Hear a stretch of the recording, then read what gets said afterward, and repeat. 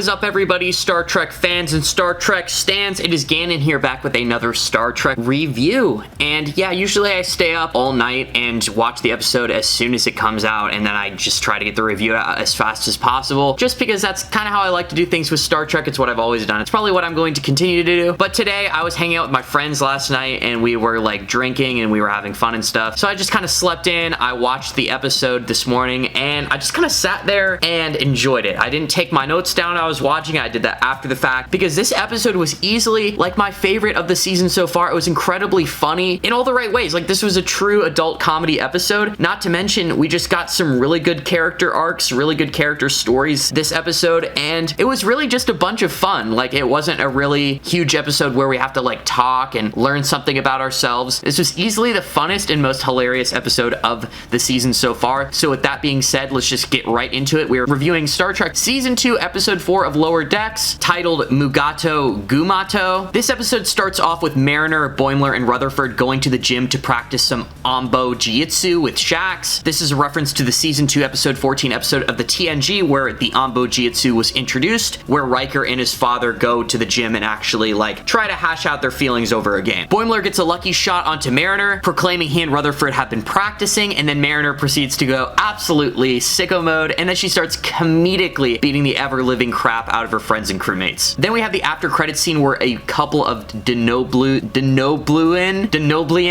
researchers get frightened by a Mugato. Damn, that was hard to say. They do the puffy face thing that Phlox did on Enterprise when those humans were being racist to him at that one bar. The Cerritos then heads to Frylon 4 to investigate these Mugatos and sends down an away team with Shax, Boimler, Mariner, and Rutherford. Also, we can see that Shax has pretty much been returned to his position as the chief of security, pushing away and replacing Lieutenant Kayshawn, which, like I was saying in the last episode, that I felt like Kayshawn was slightly going to be underused if that was the case, and that's probably going to happen. But at the same time, you just can't beat Shax. Like, he's infinitely funnier than Kayshawn will probably ever be, just because Kayshawn could barely like speak regular English. Shax is just hilarious. He does the funniest, most surreal things, and you'll just see in this episode, Guy just is an insane person, and I honestly don't think they're ever going to find somebody who's going to be a more funny and just better chief of security for the Cerritos than Shax. That's how I feel about it now. Boimler and Rutherford are constantly on edge this episode after hearing a scandalous rumor from this weird bartender on the Cerritos that Mariner was formerly a special Black Ops secret agent for Starfleet, being the explanation for why she's always aggressively beating ass and saving the day. Boimler and Rutherford spend the rest of the episode trying to figure out if this is actually the case or not. This episode was great for a lot of reasons. The one that was the most prominent for me, this was not only an episode of growth for Tendi, but this is also one where she gets her own arc, like away from Mariner, away from Rutherford, and I don't even think she's gotten one with Boimler now. She's by herself, which is just so cool to see. Usually she's with somebody,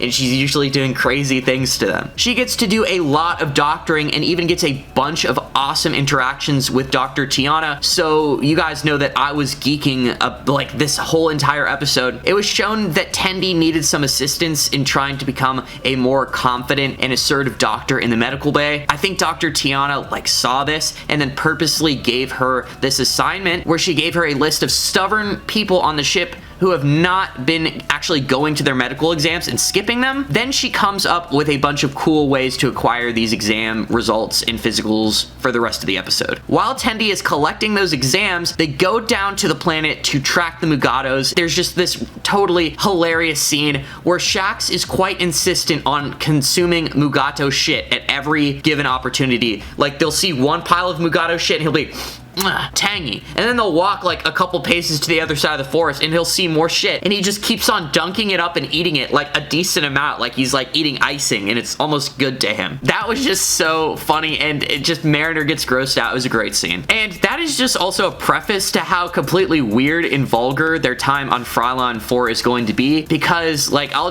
just keep on going. You'll see, this just gets really ridiculous. They come to realize that a group of Ferengi are capturing, poaching, and selling the Mugato horns illegally. They go and confront the Ferengi, where in the process all the Mugato are let loose by the Ferengi like electric whip, and then they go into this giant stampede. In the process, Boimler and Rutherford witness Mariner shove a dagger into Shax and then aggressively, ruthlessly like bite out a piece of his flesh or something, furthering their belief that she's a sleeper cell agent who's actually insane. But in reality, we later learn that she's trying to rip the horn out of Shaxx because Mugato have poisonous horns. After all, this was the beast that almost single-handedly brought down the mighty Kirk, Jesus Christ of Star Trek. The traitor who the Ferengi were giving the horns to escapes and is tracked by the Cerritos, where he then spends the rest of the episode trying to, give the appearance that his ship has been destroyed, goes and tries to con Captain Freeman out of not only a shuttlecraft, but her personal belongings as well. Boimler and Rutherford are eluding Mugatos when there's this hilarious scene where a Tellarite by the name of Patingi comes up and claims that he is a Mugato expert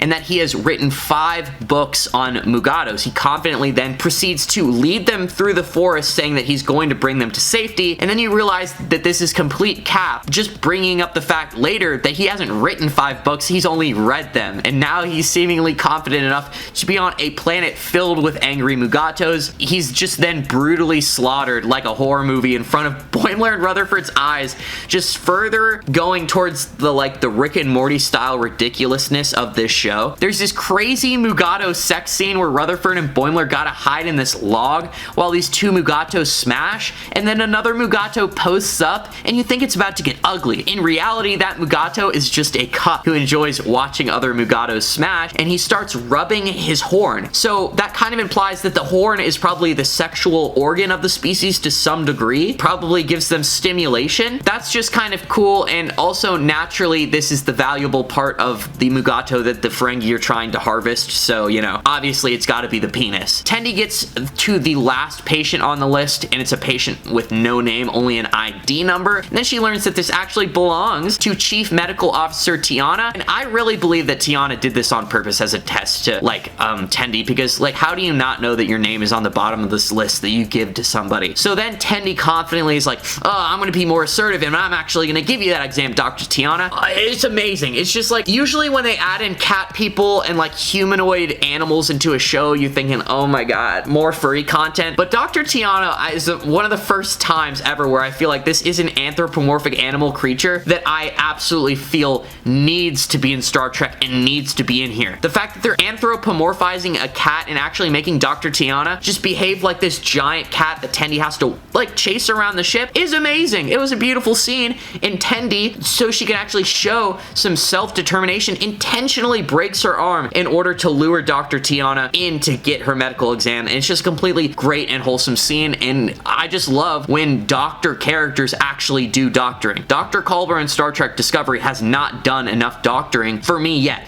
He needs to do way more, and he needs to be way more of an impactful character, because as you know, doctors are literally top 3 most important people on the ship. They will save the entire ship from an airborne disease or just some crazy virus. Mariner then gives Boimler and Rutherford an explanation for her Black Ops past and tells them that she purposely planted that rumor to the weird bartender they met before earlier in the episode to keep judgmental and paranoid jerks away from her. Boimler and Rutherford explain that they couldn't understand why somebody as cool and competent as Mariner would want to be friends with them, which keeps Mariner, it kind of flatters her and keeps her from being pissed at them. Mariner is captured by the Ferengi because she walks into this trap while giving this explanation. Boimler and Rutherford then have to resolve the entire issue and save the entire away team by themselves, and they do this by showing their previously shown skills in this game called Diplomats, a board game they were playing at the beginning of the episode, to convince the Ferengi that turning the Mugatos planet into a preservation that sold merchandise would be way more profitable venture than enslaving them and harvesting their bodies, which is a slight animal rights vegan message, which is cool, but also as a vegan, I cannot ignore and I cannot tolerate the fact that Tendi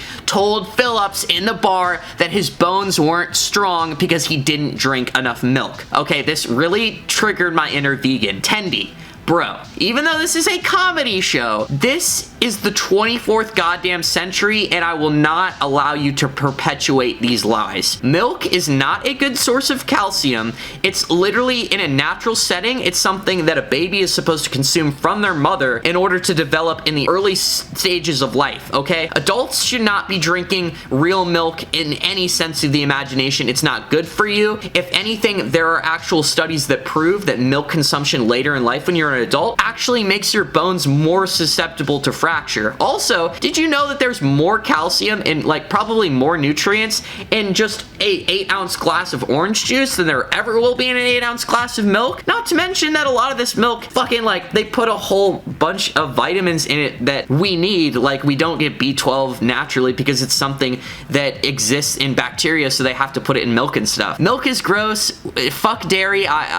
Dairy is my biggest enemy. I'll never condone dairy. I also just think it's stupid we as a society like think it's justified to enslave and rape billions of cows per year, and a lot of people don't know this, but you actually need to have a pregnant cow in order to get milk from it. And if you just go to the milk aisle and you see the gallons and gallons and gallons of this actual real milk, how many cows do you think they need to like intentionally inseminate and make them pregnant, and how many babies they rip away and just turn into veal or just turn into slaughter cows? Like, it's so silly. Sorry to bring vegan rhetoric up in a video, you guys probably weren't expecting it, but like this is a show in the 24th century where we have like probably all the milk is fake and made by a replicator, and also we just have the medical knowledge to know that real authentic milk isn't good for your bones. So Tendi, that's an L, okay? As long as you're saying that shit, you will never be a real doctor to me. This episode, as I've said before, was not really one of those, hey, let's communicate and learn something about ourselves ending takeaway. This episode was probably just like the fun one. It's the best one of the season so far. There wasn't a second where I wasn't entertained